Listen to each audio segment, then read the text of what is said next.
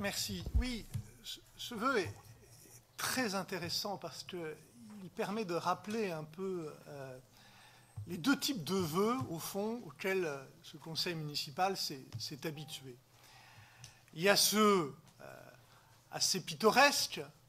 Par exemple, je rappelle que la ville de Grenoble a émis un vœu sur le traité transatlantique.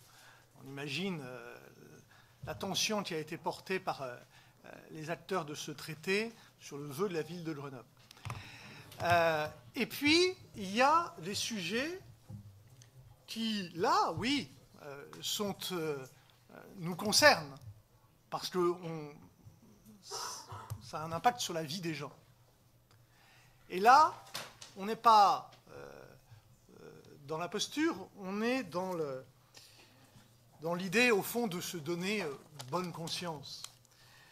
On parle, on vote des vœux, on se donne bonne conscience, avec d'autant plus de certitude que l'on sait que ce vœu ne produit rien. Rien. Alors que nous sommes là, une assemblée d'élus, c'est-à-dire issus du suffrage universel pour prendre des décisions et mener des actions qui produisent des résultats sur la vie des gens. Et donc, effectivement, il y a une véritable inquiétude, ou même plus qu'une inquiétude maintenant, une menace lourde, sur un service qui est très important dans la vie des gens au quotidien. Et dès lors, nous qui sommes la collectivité de proximité par excellence, évidemment que nous devons nous saisir de cette question.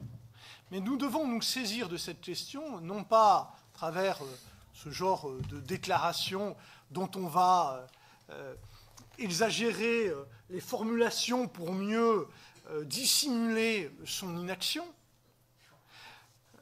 mais on doit agir concrètement. Alors, s'il s'agissait de prendre une délibération, si le maire de Grenoble proposait au président de tous les groupes politiques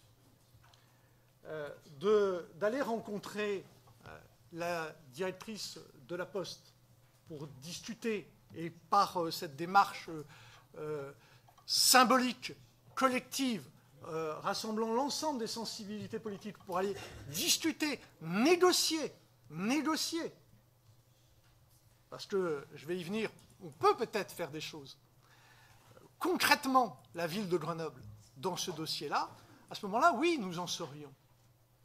Bien sûr. Et je vous le propose, d'ailleurs, monsieur le maire. Et si demain, il y avait une délibération qui disait, bien, après tout, nous avons en face de nous un interlocuteur qui ne recule pas. Et nous le regrettons. Mais c'est ainsi. Maintenant, face à ce danger, oui, envisageons les choses, discutons d'arbitrage, et nous sommes prêts à participer à ces arbitrages, y compris financiers, et voyons et discutons, et la mort dans l'âme, discutons avec la Poste pour voir ce que l'on peut faire, nous, pour participer au maintien de ce service.